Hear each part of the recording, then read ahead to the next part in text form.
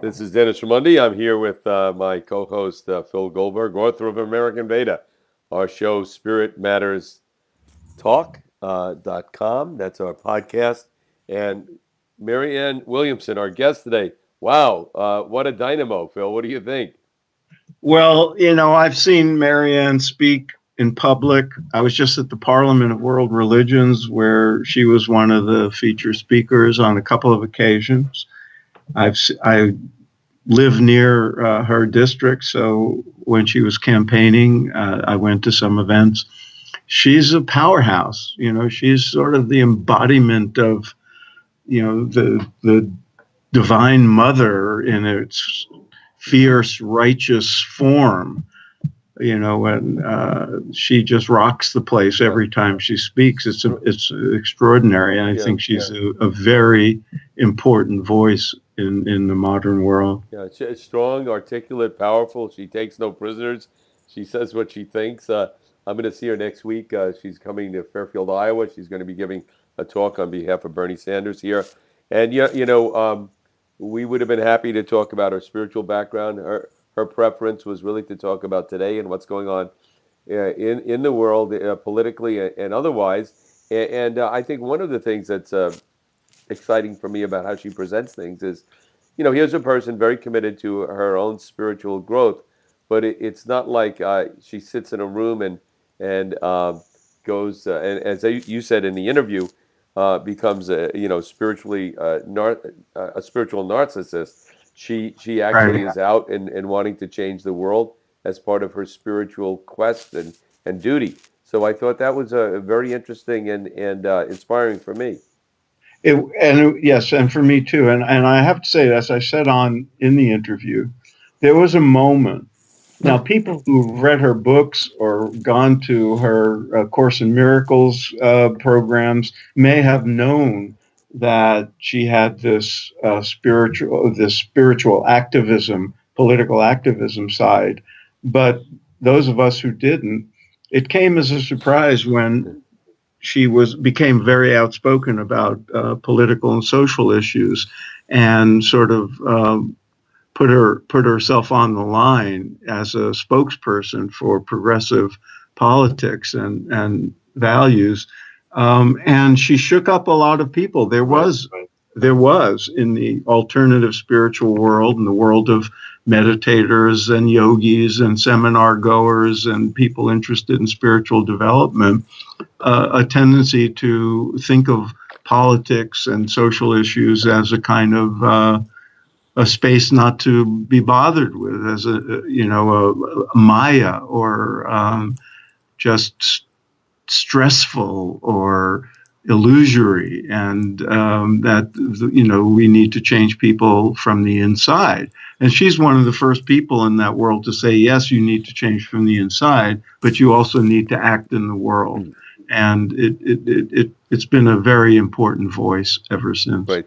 You mentioned you were at the Parliament for World Religions in Salt Lake City last week, and you heard her speak there. What was she speaking about there? What was her focus?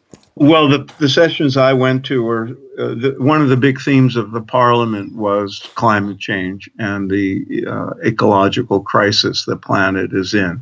And it was very heartening. There were almost 10,000 people there from all over the world, all the religious traditions, all the non-traditional traditions, and in the larger gatherings in the plenaries, a lot of it was focused on climate and ecology, and she addressed that, and she was very powerful. She and the Indian social activist Vandana Shiva, who one of the panels I went to, one of the sessions, there were 5 very strong women, very articulate and powerful women who spoke about the climate.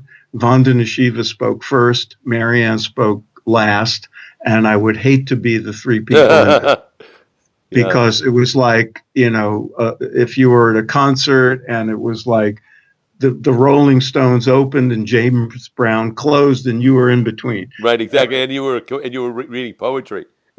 or even if you were great, and these women were, but these were just two powerhouse women, and the sense of urgency and conviction and just absolute desperation that people see in the climate crisis was articulated very powerfully by Marianne, Right, and I hope she motivated people to action, right.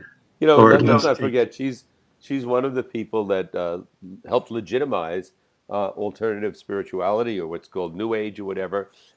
In the '90s, her book "Return to Love" has become a classic, and I think she adheres to everything she wrote then, everything she said and did then, but she's taken it a step further. And I think, as we get older and all, I think she's feeling, hey, we can't sit back and do nothing. We have to move forward and take care of the earth, take care of the people in it, make sure that there's fairness and she got into the point about one of the things that people look. It's how the Bible kind of describes the earth and what human beings' responsibility is toward the earth. And is it something to just use and abuse as you wish, or are you there to really take care of it? And I yeah. think what she said was, pagan religions or ancient religions were much more sensitive in regard to our responsibility to the planet than modern religions. Yeah, and she made that point at the Parliament as well, and it was very well received. And she's right, I think, historically. Um, it's an interesting historical perspective to take.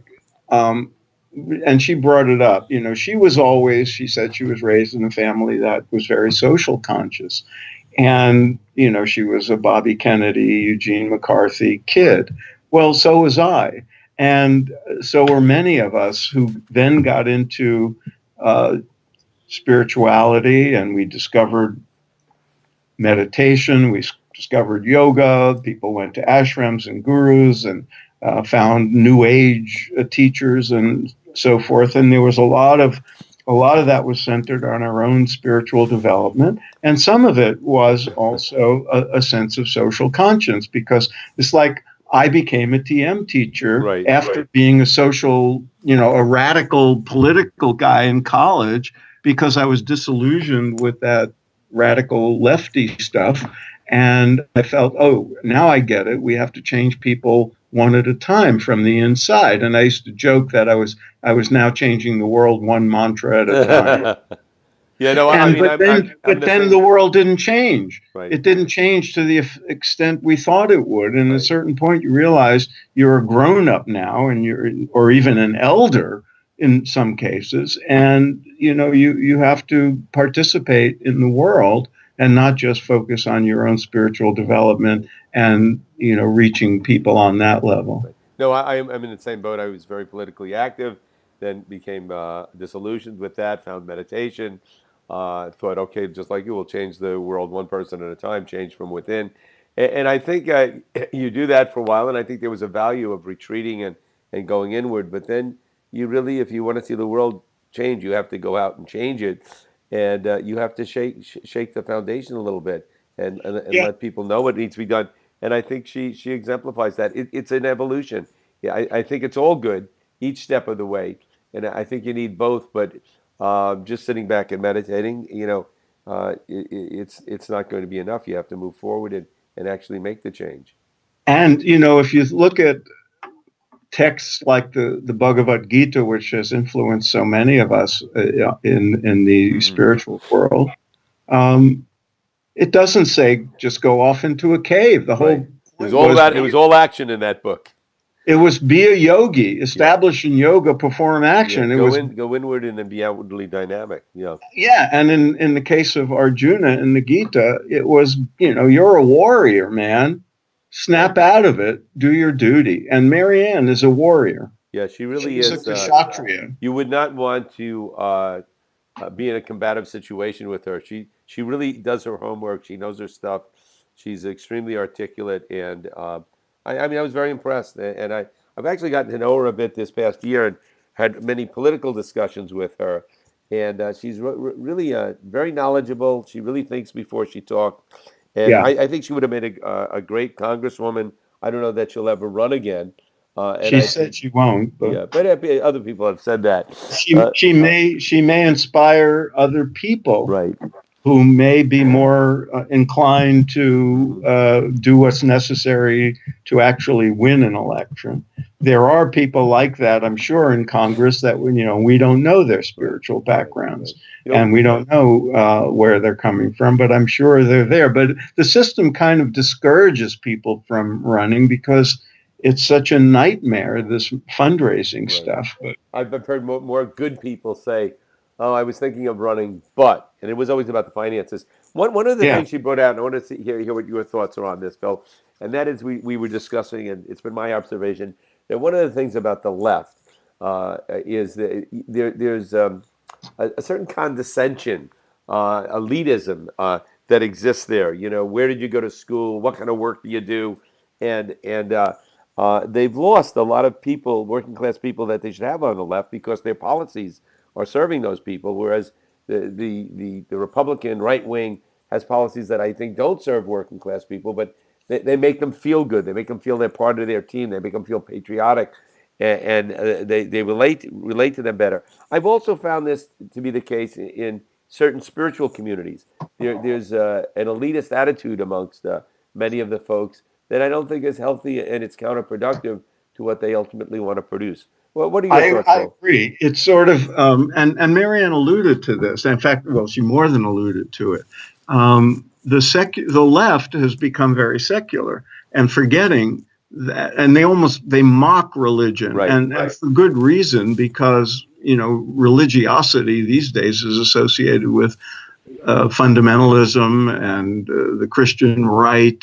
And so people on the left have said, "Oh, get religion out of politics. It doesn't belong there." And there's this secularization that disparages anything spiritual or religious, forgetting, as Marianne pointed out, that people like Martin Luther King and the founding Right. fathers and Gandhi and all of the people, there were these prophetic voices on the left that came from religious traditions. But there's another interesting part of that, which is um, in disparaging the spiritual or religious, the left has kind of opened itself up for losing support Right. from people who they don't want to be necessarily. I know people who don't want to. They're not inclined to be conservative politically, but they have a spiritual bent, and they feel disparaged by the Democrats, Right. and so they just sort of tune out. Right. No, I think that's a point well made and well taken. Well, great guest. Love to have her back on sometime. Never a dull moment when she's being speaking or being interviewed. So I think that was a very good one, Phil. Yeah, let me ask one question. I want to Yeah. ask you something I didn't get a chance to ask her. And I don't know, what you'll say, but those of us who are the alternative spiritual world and Right. the world of um, sort of liberal Jewish congregations and Christian congregations, mostly in big cities, and for all I know, the liberal mosques as well.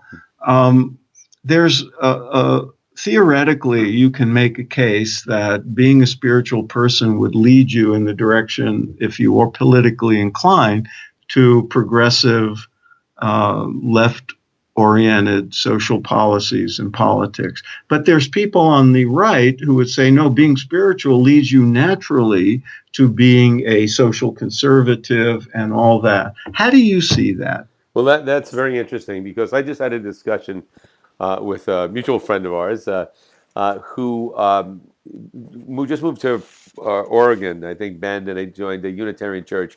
And what they liked about it, they grew up Jewish, but they were in a Unitarian church. They said, well, everybody is atheist or agnostic here. So I feel really comfortable belonging to this church, which says, a little bit of a contradiction there. So I think that perhaps the way politics are set up in the United States now, let's say with the Republicans, the religious right, if you have these beliefs and if you strongly believe them, what we define to be Christianity, what we define to be Judaism, then especially those two, which make up most of America, then this is where you belong. If you're Right. agnostic, if you have any questions, you're doubting, you're not 100% on board, you belong in that camp. For instance, in Catholicism, if you're anti-abortion, which Catholics are, if you're against birth control, which Catholics officially are, although 90% don't follow that teaching, even the ones that practice it. If you really feel strongly about all the things, then you're with us. You're on the right side. If you're wishy-washy about it or don't believe it, then you're on the left side. So I think that's how it works. It's kind of crazy that it works that way, but that I seems to know. be the reality right now. Oh well, we'll More, see how the world shapes up as we move forward. as we move And I forward. hope that people listening to this, there are a few markers in time. You know, we talked about the Right. presidential campaign, we talked about the Parliament of Religions, you talked about Marianne coming to Iowa. I hope they can just get past those time markers, because I think this interview and discussion will stand the test of Right. time. If And you're we'll see listening how to this things years from follow. now, it'll be interesting to see how things unfolded based upon what we were discussing today. Fascinating. Right. All right, Phil. Okay. It's spiritmatterstalk.com. Please subscribe to us. It's free to subscribe, and you can subscribe to us at the website, again, spiritmatterstalk.com, or And through and iTunes. share the link with your friends. Absolutely. All right, Phil. Thank you. See you, Dennis.